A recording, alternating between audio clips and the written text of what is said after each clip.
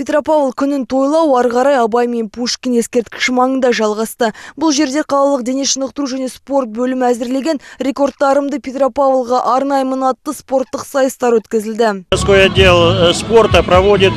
Дене шынықтыру және спорт бөлімі осындай іс-шара ұйымдастырып отыр. Түрлі сайыстар болады. Меніңше өте қызық болу тиіс. Алғашқылардың бірі болып өз рекордын сүйікті қаласына Еркін Таңатов арнады. Ол гір көтеру сайысынан қарсыластарын шаңғап тұрып рекорд орнатты.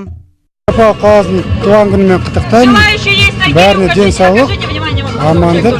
Ескерткіш маңында ұйымдастырылған сайыстарға еңбектеген баладан еңкейген қарияға дейін қатысты. Олар Петропавлға рекордтарымен қатар жылы лебіздерін де арнады. Поздравляю весь Петропавловск с праздником. Желаю всем здоровья, успехов в личных жизнях и вообще всего доброго. Праздником города, желаю всем счастья, здоровья, успехов. Я поздравляю всех казахстанцев с праздником. Желаю счастья, здоровья и успехов в следующем году.